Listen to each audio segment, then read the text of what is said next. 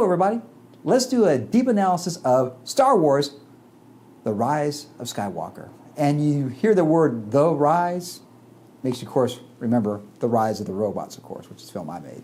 Hey, check it out, www.therobotfilm.com, great film, check it out. And so let's kind of just talk about this film. First off, I won't talk about spoilers right off the bat. It's a good film. It sums up the trilogy. Unfortunately, I got to see all 9 films in the movie theater back when I was a young lad, all the way up to a few hours ago. And this really does tie a knot in the last trilogy, sums everything up. I think the acting's fine. Story's not, it ties everything up. The music, it looks great. It's action, action, action. A lot of stuff's going on all the time and whatnot. So it's a fun film. And of course, if you're a Star Wars fan, you're not watching these. You're going to go watch it anyways. Just take my money now, right? You know, of course. So with that analysis, let's kind of dive into this a little bit more. Basically, this is kind of the economy between Rey and Kylo Ren. It's their story and whatnot. So here's some spoilers. Spoilers going all over the place because we're going to do some analysis of this particular film here, and actually, I guess the trilogy all together. The first film, The Force Awakens, liked it. Some people hated it because they thought it was a rehash of it. I enjoyed it. The next one, there's a lot of folks that didn't like it and whatnot. I enjoyed it for what it was, and it basically took the first film as threw it out the window, and we're going to do whatever we want to do. And this one here actually kind of, like all the problems that went on, they try to resolve it and tie it up in a nice little knot and put it out to the audience out there, the Star Wars fans and whatnot like that.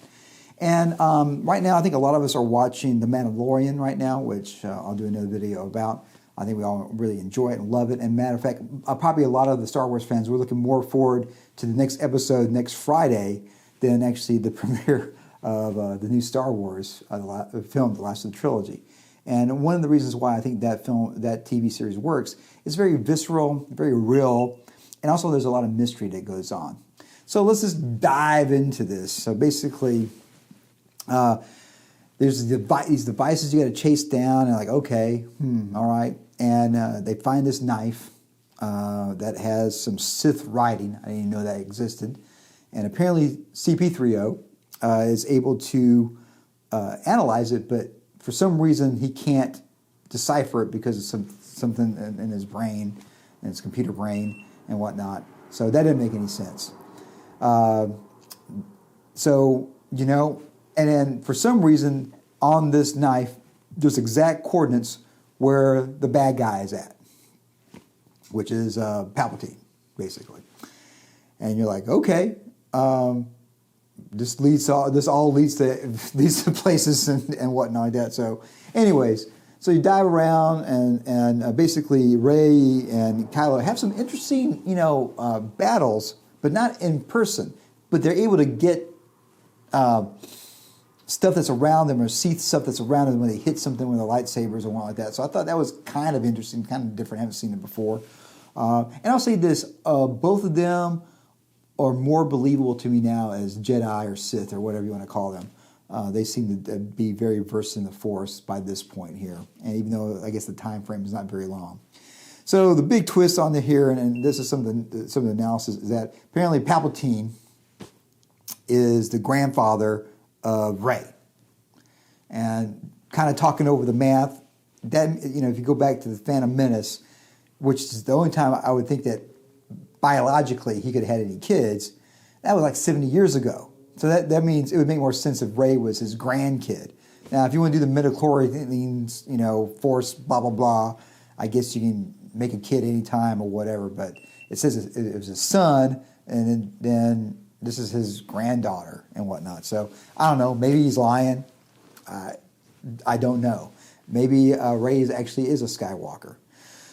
So basically, Kylo Ren gets transformed back to Ben Solo, and basically Rey, basically stabs him with a lightsaber, and then he dies. But she uses the Force to save him, like she did with this big snake earlier in the film. So we saw that's a possibility. Didn't realize that was a possibility Why didn't they do that in The Phantom Menace? Qui-Gon could have been around. Anyways. So, something new, I guess. Maybe the next generation has some powers of Jedis and whatnot like that. And basically, it gets down to the end of the film that, she goes back and buries the lightsabers, and then someone says, hey, someone hasn't been here for a long time on Tatooine, what's going on? And basically, she said, well, what's your name? Rey Skywalker. And I'm thinking, maybe she really is a Skywalker. Who knows? If you just make stuff out of midichlorians, maybe that's a way that you could do that. So there's a lot of questions going on. It is so fast-paced that you don't really got time to think. It's moving. I wasn't bored, really, honestly, in this film. Even the space battles, to me, are more refreshing than some of the prequels in some aspects. And of course, in the original series, the battles they had on space were spot on. I think a lot of times less is more. And when you have all these things going on, the bad guys are going on. The other thing is the way they tied up Princess Leia worked out great. They only had so much footage of Carrie Fisher, and they were able to ride around whatever footage they didn't use in the first film. And I thought they did a really good job with that. It was satisfying. And big spoiler, we see Han Solo come talk to Ben Solo, basically, and say, yeah, you know what you need to do. And, I don't think any of us ever thought we'd see Han Solo again on the big screen. And we got to have that. Then Chewie gets his medal. He didn't get from the first film. That's about time. So again, they tied a lot of knots up. It's open for other things going on. But honestly, without a bad guy, if you don't have a Sith, you don't have a Star Wars film. And that was one of the big problems about these sequels here is that, what is this group that's going around? What is the First Order? They never explained it. And I think that was one of the downsides of that, because you come in there like, I thought the Empire was over. What's up? Who are these First Order things going on? They're like stormtroopers, and no one ever really explained it. Maybe it's in some cartoon or comic book or whatever. But for this regular person that just go watches the movies, like, I don't know what's going on. At this point, you kind of know what's going on because you've been invested in this. And, the infight, it's interesting. The way they handle Leia was interesting, was good. The redemption of Kylo Ren to Ben Solo is good. I personally would have liked to have Rey not make it.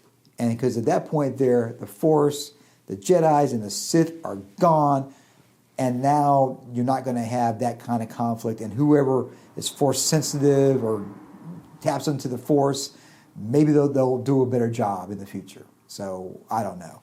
I don't know if we really need to get trained, if she needs to go out and train any more Padawans or anything like that, because why take the chance? There's going to be another Darth Vader or Kylo Ren. Obviously, there's been a lot of problems in the past. Maybe they shouldn't use the Force anymore like that. But yeah, so those are some of the things going on.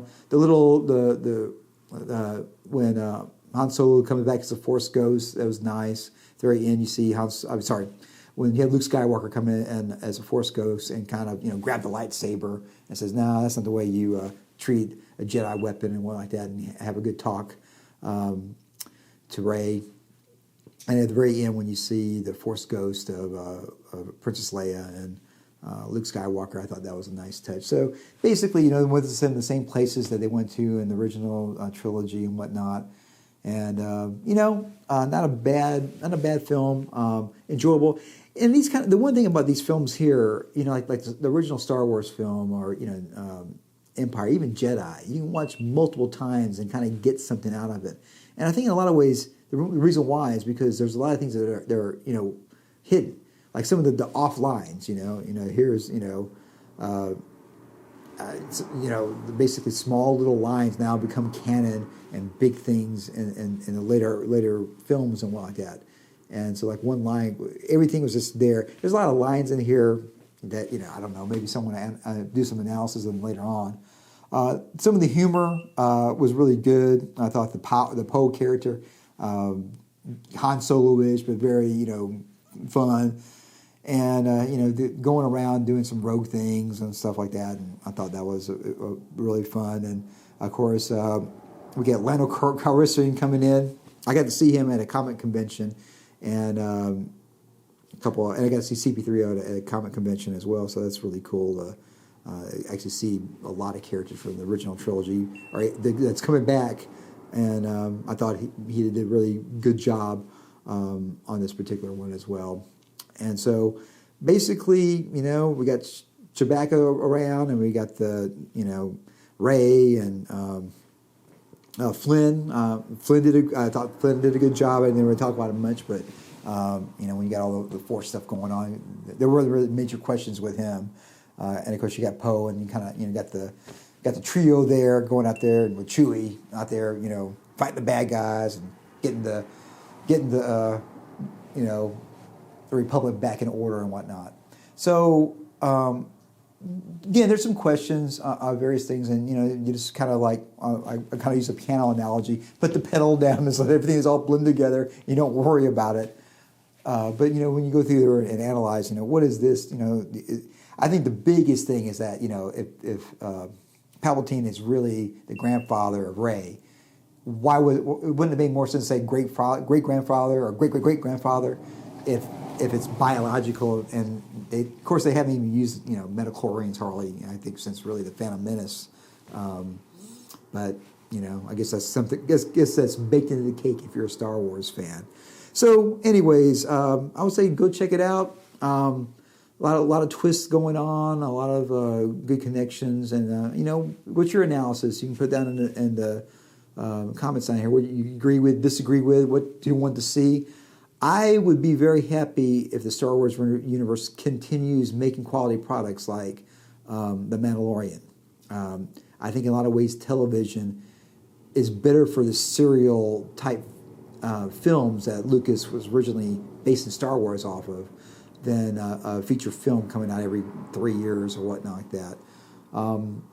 I got to see this in the IMAX and it's in 3D, and I would love to have the IMAX actually have these in regular, without 3D, because like all that stuff kind of just like gets to you and it's darker because the 3D glasses and whatnot like that. So I prefer to see in a standard thing. I'll go see it again without 3D and not an IMAX. So kind of see if I catch anything else. And if you catch anything else, let me know. Let me know what you think. If you want to collaborate, also talk about Star Wars or Star Trek or anything sci-fi related, because not that many people. A lot of people are Star Wars fans, Star Trek fans, but I've actually made a sci-fi film called The Rise of the Robots, and it does compute. So if you like this type of content, go check out The Rise of the Robots at www.therobotfilm.com and leave a review. Tell me what you think about this film. Is it as good as Star Wars? Only time can tell. So go check this out. And again, I love to collaborate with some of the big Star Wars, Star Trek fans out there. We can do some analysis of various things as well.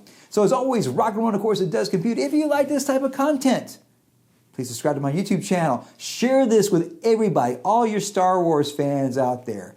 Let's do some big analysis of this film here, The Rise of Skywalker, Star Wars film, of course. And have a great day.